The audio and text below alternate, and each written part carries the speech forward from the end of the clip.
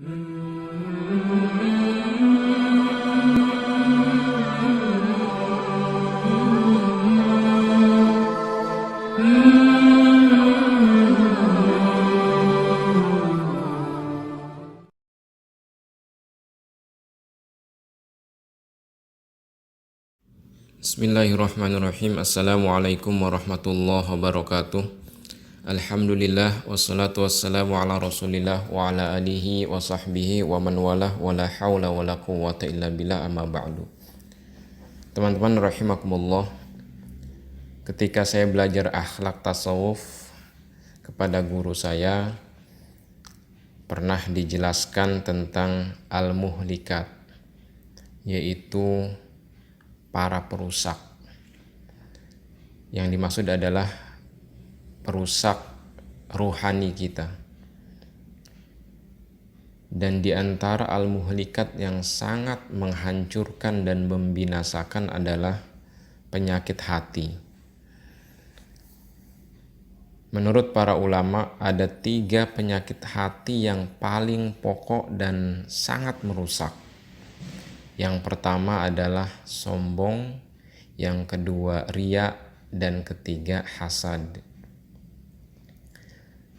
Sombong berarti merasa diri lebih hebat daripada orang lain, merendahkan orang lain, serta menolak kebenaran. Batarul haq wa ghamtun nas. Sangat merusak. Dan Nabi mengingatkan, la yadkhulul jannata man kana fi qalbihi misqalu dzarratin min kibr. Gak akan masuk surga orang yang dalam hatinya ada sebenih biji sawi saja dari kesombongan. Yang kedua, riya. Riya berarti beribadah, berbuat kebaikan, amal soleh bukan karena Allah, bukan ditujukan untuk Allah, tapi ditujukan untuk manusia, mengharapkan apresiasi dan pujian dari manusia. Rasulullah mengkategorikan riya ini seperti syirik kecil. Rasulullah sangat mengkhawatirkan umatnya terserang syirik kecil. Lalu sahabat bertanya, wa masyirkul asghar ya Rasulullah?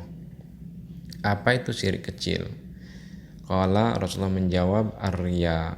Jadi riya itu syirik kecil karena beribadah, berbuat kebaikan, tapi bukan karena Allah, melainkan karena mengharap pujian.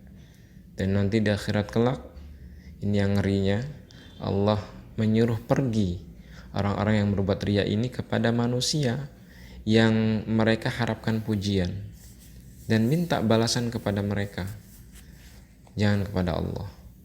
Maka tentu saja orang-orang yang dulunya di dunia itu kita harapkan pujian mereka tidak akan pernah mampu memberikan balasan atas kebaikan yang kita lakukan. Yang ketiga adalah hasad. Ini juga sangat merusak.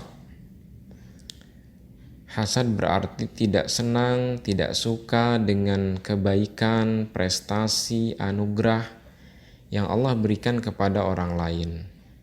Dia merasa dirinya lebih pantas, lebih layak untuk menerima anugerah tersebut dan meraih prestasi tersebut. Pada tahap yang lebih parah, lebih akut, hasad ini kemudian melahirkan ghibah dan fitnah. Tujuannya untuk menjatuhkan orang yang dia hasadi itu. Maka kebaikannya akan hilang. Sebagaimana Rasulullah pernah mengingatkan, iyyakum wal hasada fa innal hasada ya'kulul hasanat kama ta'kulun narul hataba. Jauhi oleh kalian hasad, karena sesungguhnya hasad itu memakan kebaikan, menghanguskan kebaikan seperti api menghanguskan kayu bakar. Bisa dibayangkan ya, api menghanguskan kayu bakar, ya hilang semuanya, tidak bersisa, menjadi abu.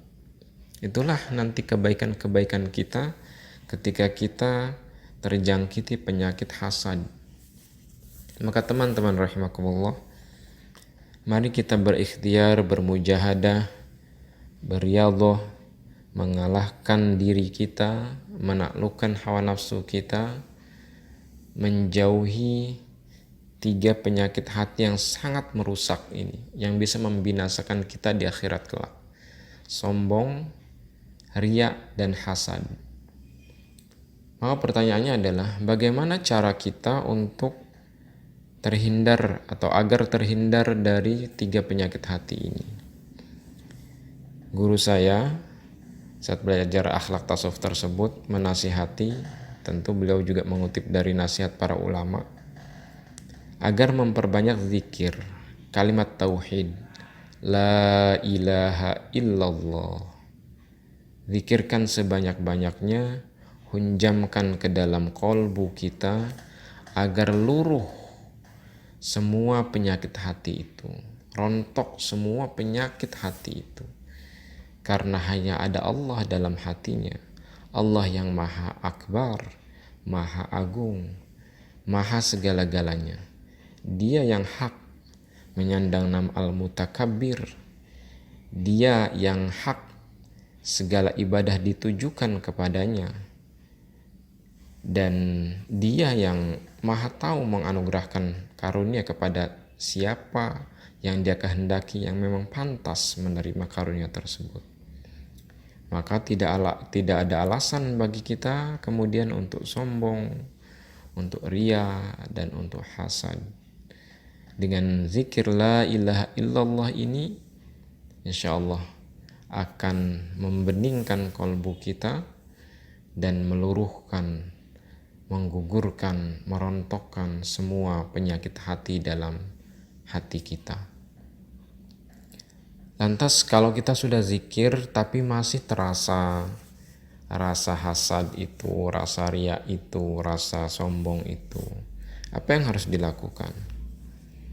Guru saya menasihati bahwa tambah lagi zikirnya sebanyak-banyaknya sampai gejolak rasa hasad, riya, sombong itu semakin melemah dan akhirnya hilang.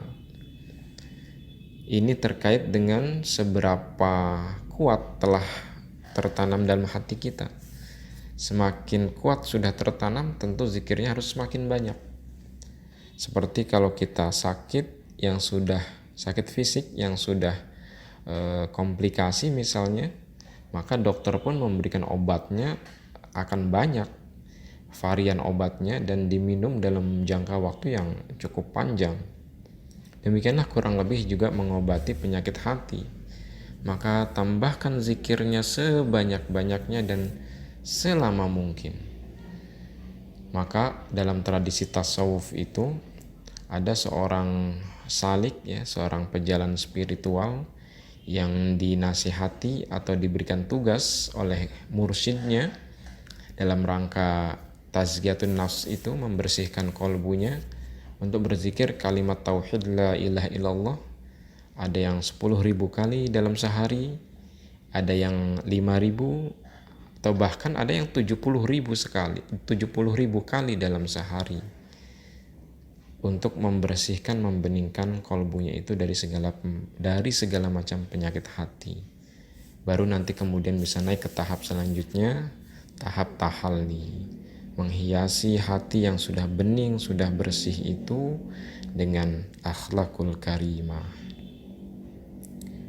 Teman-teman rahimakumullah, mari kita bermujahadah untuk membersihkan hati kita dengan zikir la ilaha illallah, kemudian ditutup dengan berdoa memohon kepada Allah agar hati kita dicahayai dengan cahayanya Allah Subhanahu wa taala. Di antara doa yang diajarkan oleh para ulama adalah Allahumma atina nufusana taqwaha wa zakkiha wa anta khair man zakkaha anta waliyuha wa maulaha.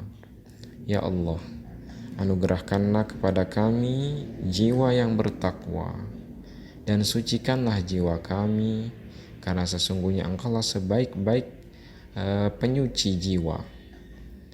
Engkaulah yang maha menggenggam jiwa-jiwa kami. Doa lain misalnya, Allahumma nawwir qulubana binuri hidayatika wa binuri rasulika kama nawartal arda binuri samsika abadan abada. Ya Allah, terangi, cahayai hati kami dengan hidayahmu dan dengan cahaya Rasulmu, seperti engkau menerangi bumi dengan cahaya matahari selama-lamanya. Doa ini bisa diamalkan sebagai penutup zikir la ilaha illallah, agar Allah membeningkan, membersihkan kolbu kita, hati kita dari segala macam penyakit hati yang merusak dan membinasakan kita. Semoga bermanfaat. Hadanallah wa iyyakum ajma'in. Assalamualaikum warahmatullahi wabarakatuh.